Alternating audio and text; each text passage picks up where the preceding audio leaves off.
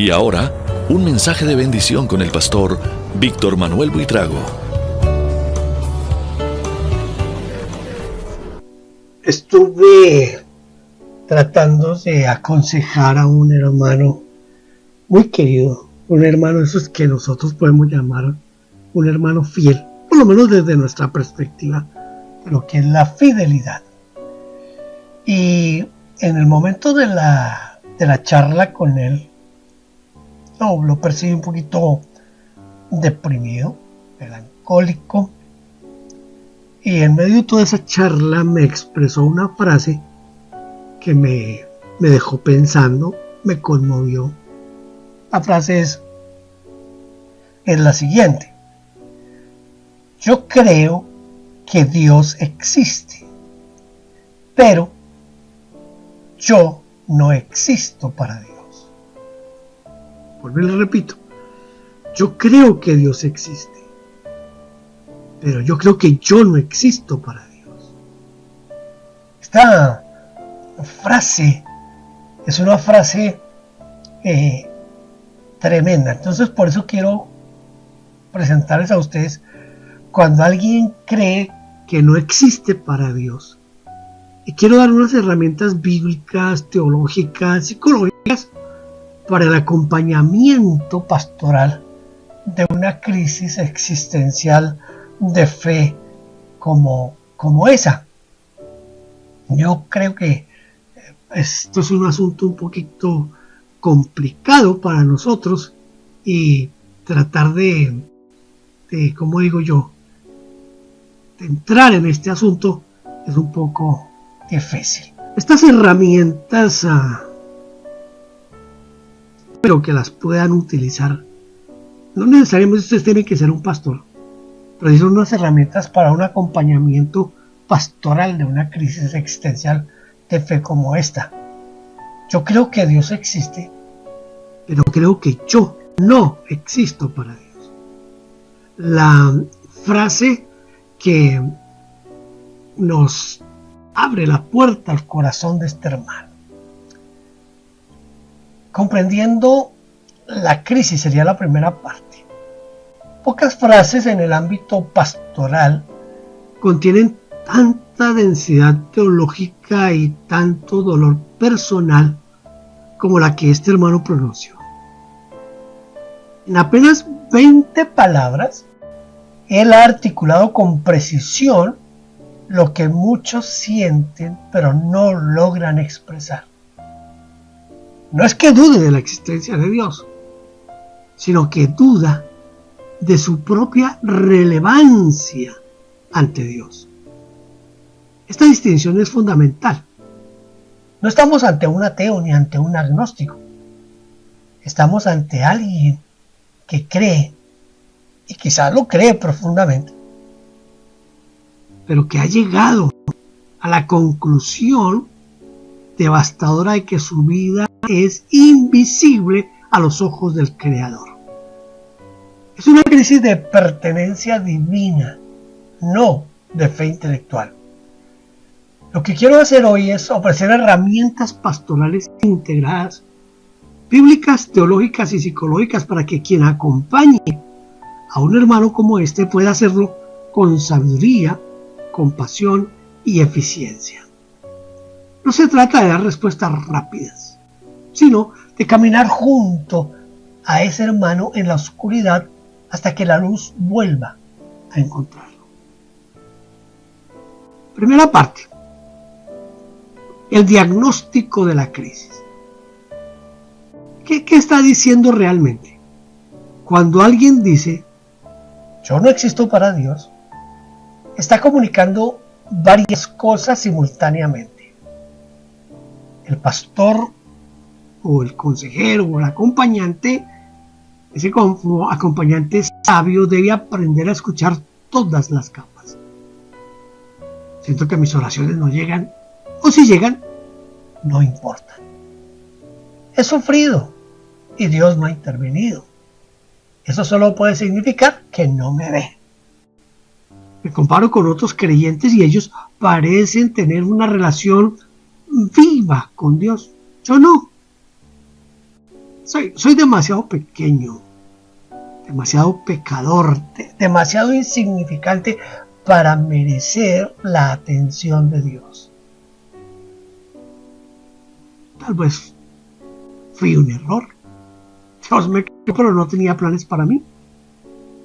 Cada una de estas capas requiere un tipo de respuesta diferente. Por eso, antes de ofrecer cualquier respuesta, el primer paso es preguntar: ¿qué es lo que te hizo llegar a esa conclusión? En segundo lugar, el perfil psicológico de esta crisis.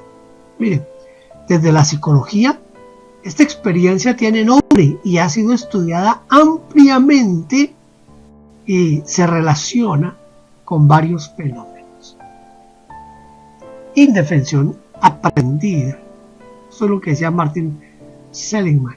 Cuando una persona ha pedido ayuda a Dios repetidamente, en la enfermedad, en el fracaso, en la soledad, y siente que no ha recibido respuesta, aprende que nada de lo que hago cambia nada. Esta convicción se transfiere luego a la relación con Dios. El resultado es la parálisis espiritual. También la crisis de identidad y vinculación. Mire, John Bowlby, en su teoría del apego, demostró que los seres humanos necesitan experimentar relaciones de apego seguro. Cuando la relación con Dios se experimenta como un apego ansioso o evitativo, es decir, Dios existe, pero no está disponible para mí, la persona entra en un sufrimiento profundo. Este patrón suele reflejar también experiencias de abandono con figuras humanas significativas, el padre o la madre. La depresión y la anhedonía espiritual, es decir, la incapacidad de sentir la presencia de Dios, de experimentar gozo en la adoración o de sentirse amado espiritualmente, puede ser una manifestación de depresión clínica. El pastor sabio o el consejero sabio no asume que toda oscuridad espiritual es solo espiritual. Una evaluación cuidadosa puede revelar que este hermano necesita también acompañamiento profesional. El síndrome del impostor en la fe. Mire, muchos creyentes fieles, activos en la iglesia, que parecen seguros, viven en secreto, convencidos de que no son verdaderos creyentes, que su fe es una actuación y que Dios, que todo lo ve, los ha calado. Esta forma de pensamiento es especialmente cruel porque el mismo nivel de compromiso que tienen se convierte en evidencia de su hipocresía a sus propios ojos. Segunda parte de este asunto, los fundamentos bíblicos. La escritura, la Biblia, está llena de personas que experimentaron exactamente lo que este hermano está viviendo. No es una crisis moderna ni una señal de debilidad espiritual. Es, en muchos casos, una experiencia profundamente bíblica. Mire, el Dios que ve. El nombre de El Roi, en Génesis 16, Agar, que es una esclava sin poder, sin voz, huyendo embarazada por el desierto, se encuentra completamente sola y sin futuro. Es allí, en ese momento de invisibilidad absoluta, donde Dios se le aparece. Y ella le da al Señor un nombre extraordinario. Tú eres el Dios que me ve. Ella añadió, ¿no he visto yo aquí al que me ve? Esto dice Génesis 16:13. Agar no era israelita, no era parte del pueblo elegido, era una esclava sin nombre, propio ante el poder de su época y sin embargo Dios la vio, la buscó y le habló. Este texto es una respuesta directa al sentimiento, ese sentimiento de yo no existo para Dios.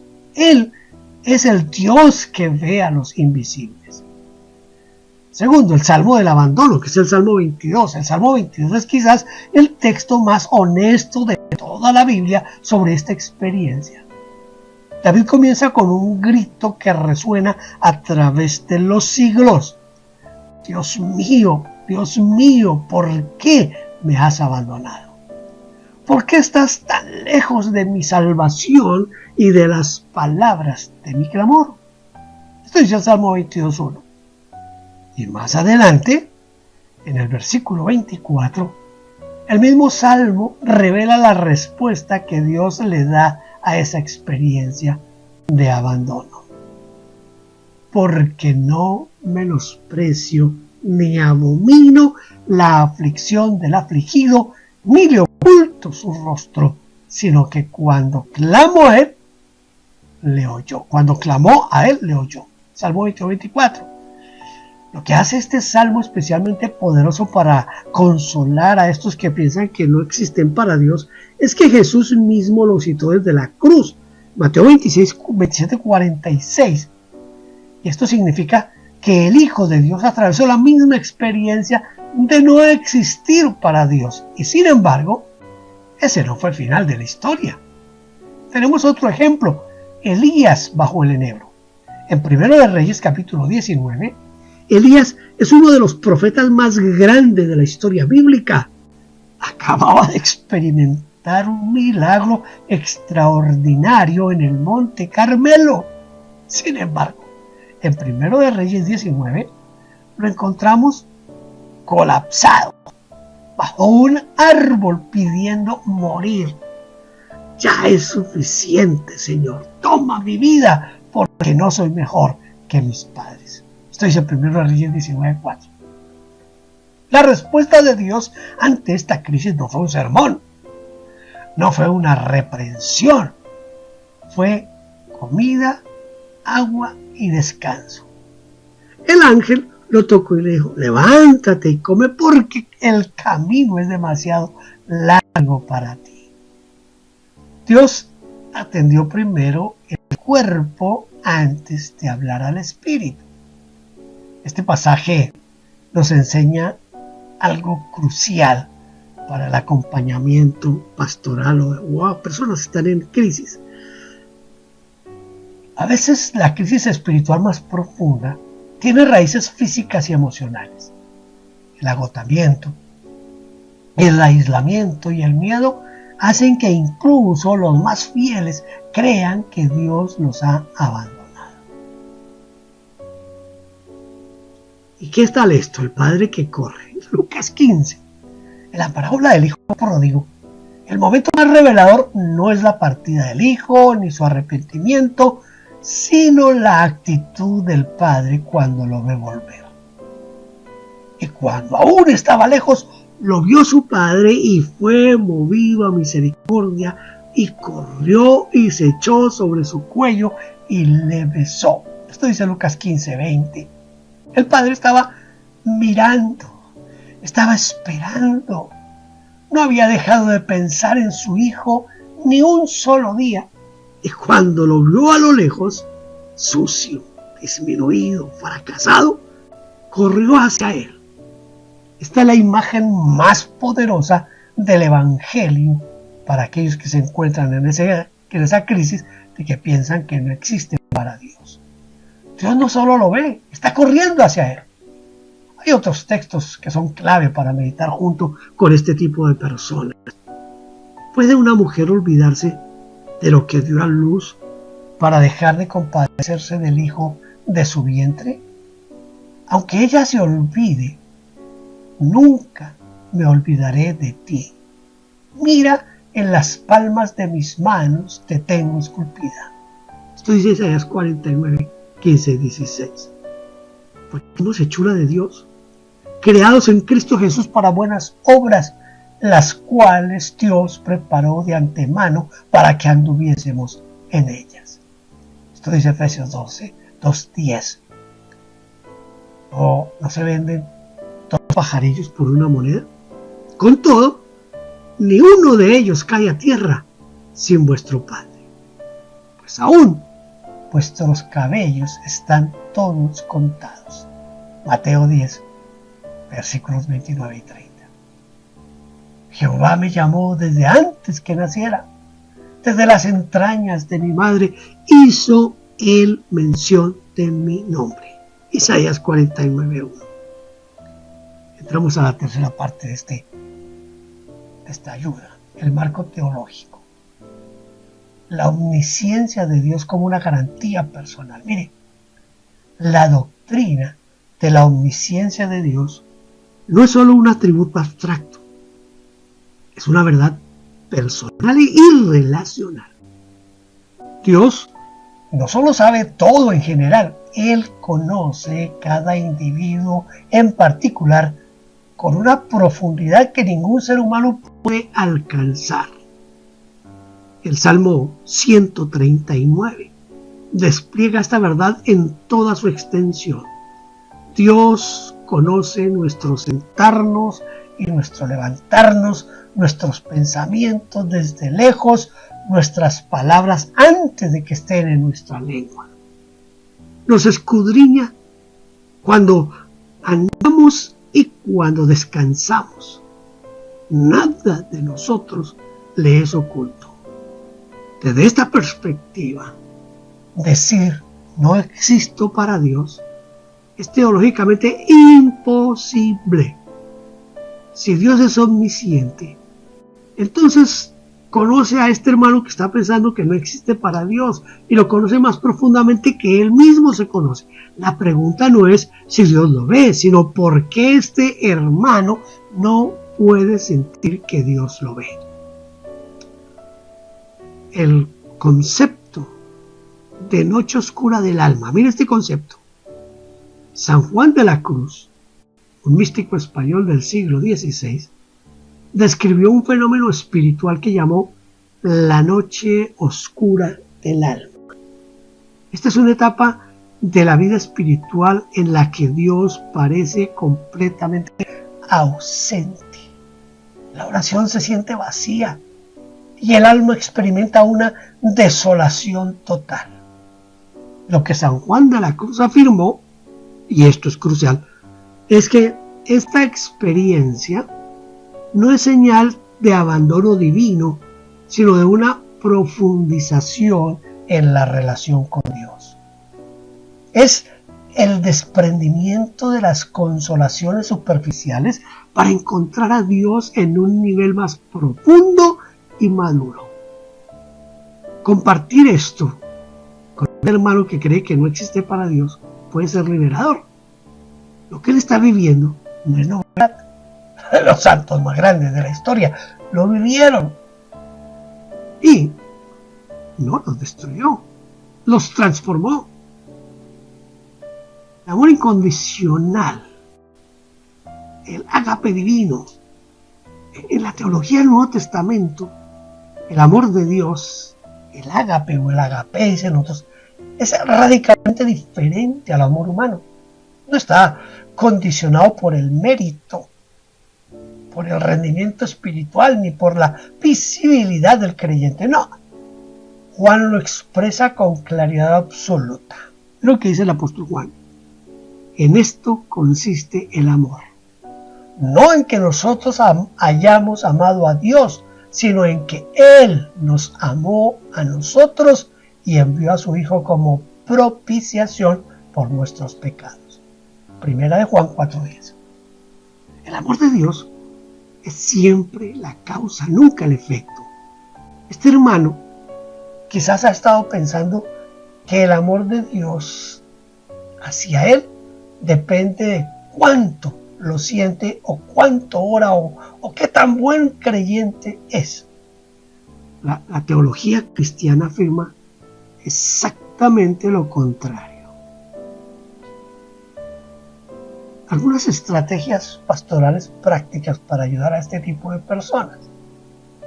El primer encuentro El primer encuentro es escuchar antes de hablar. El error más común en el acompañamiento pastoral o consejería de crisis es hablar demasiado pronto. Cuando alguien comparte algo tan vulnerable como lo que este hermano expresó, la respuesta instintiva es corregir, dar versículos, tranquilizar. Pero eso puede cerrarlo. El primer paso es simplemente estar presente y escuchar. Unas preguntas abiertas que pueden profundizar la conversación podrían ser algo así. ¿Desde cuándo sientes esto? ¿Hubo algo que lo desencadenó? ¿Cuándo fue la última vez que sentiste que Dios estaba cerca de ti?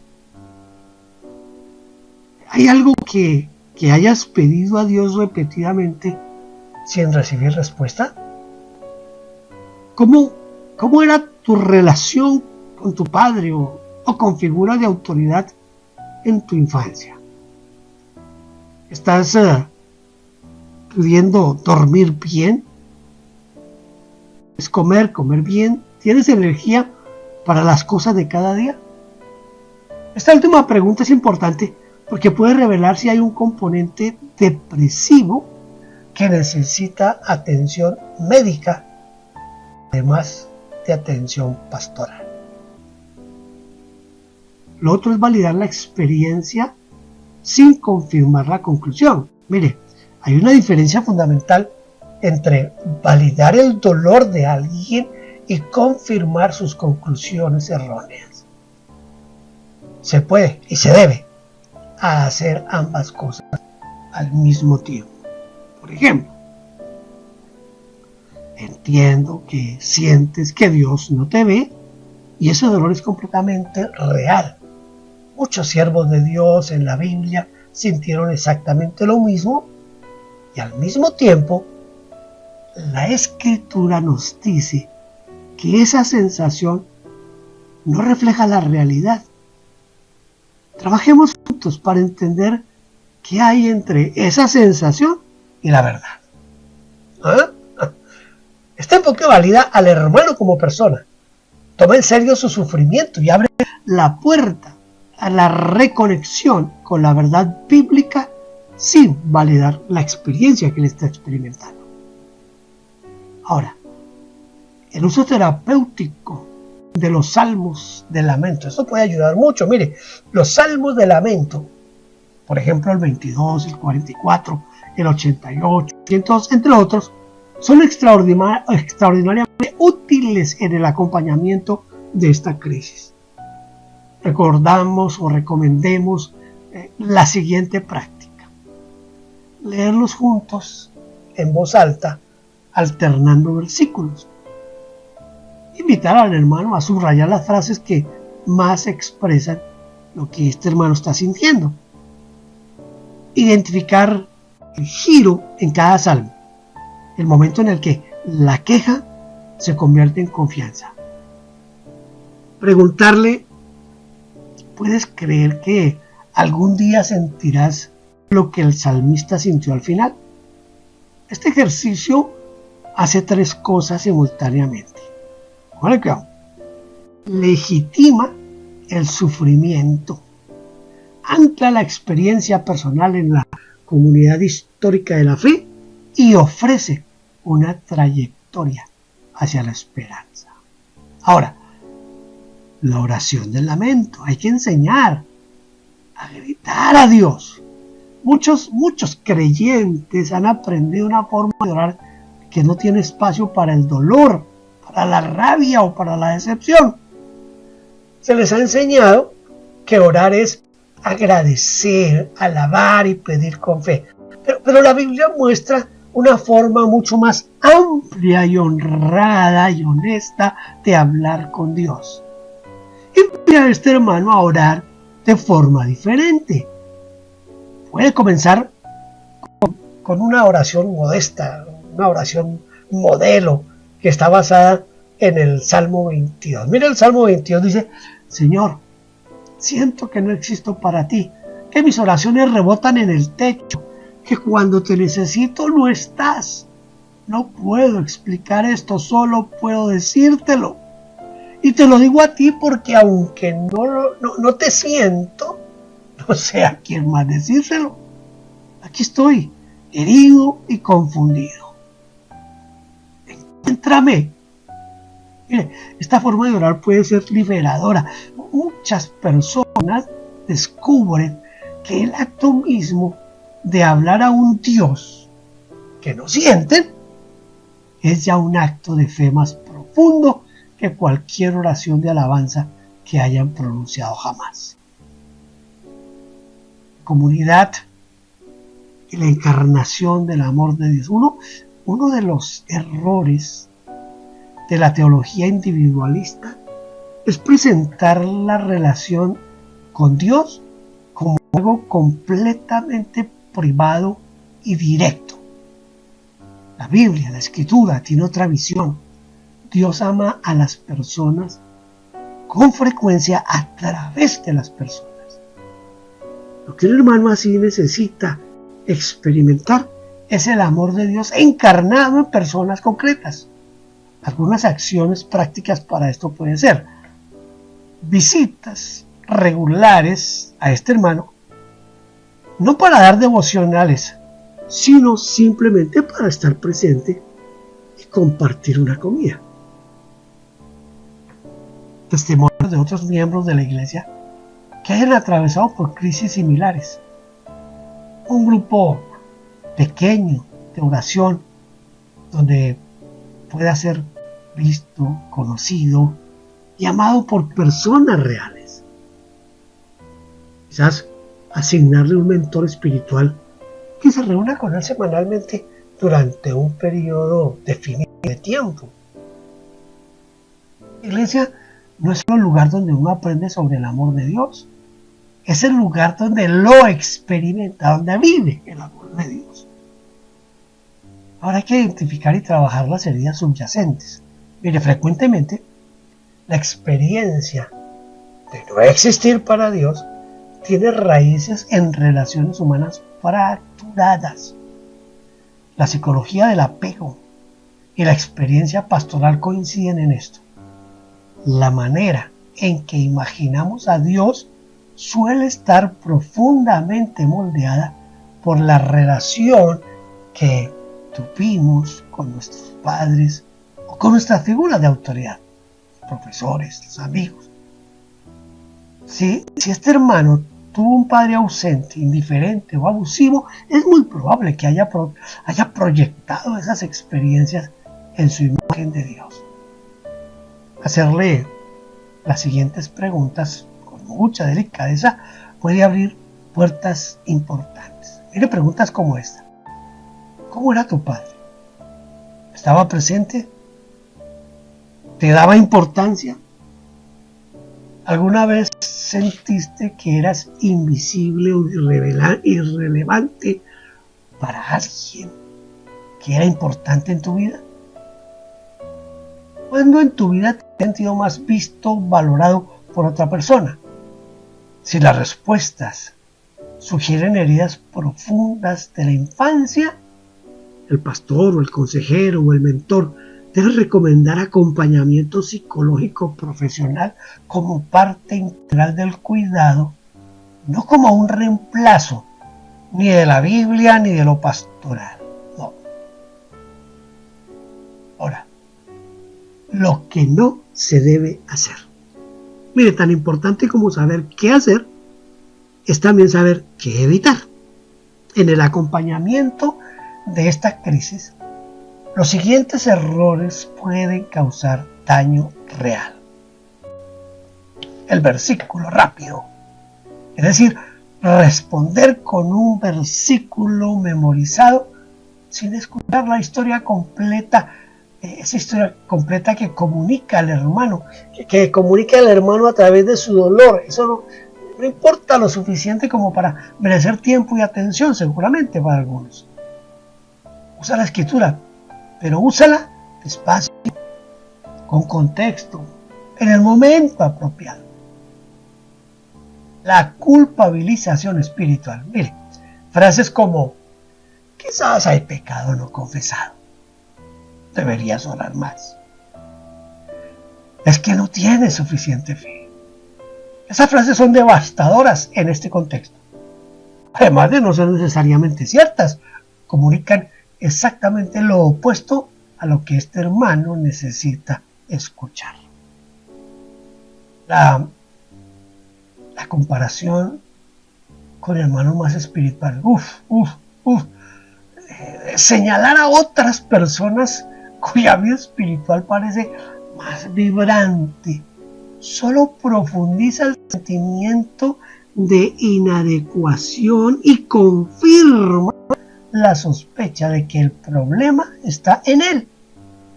Ay, terrible eso. Minimizar el sufrimiento. Ay, eso sí es. Yo también me he sentido así.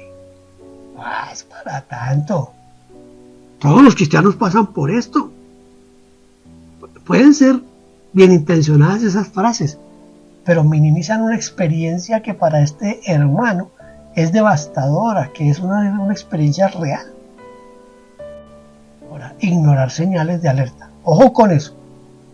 Si este hermano expresa desesperanza profunda, abandonado actividades que antes disfrutaba, habla de no querer seguir adelante o muestra signos de depresión severa, el pastor o el consejero debe referir a esa persona a un profesional de la salud mental.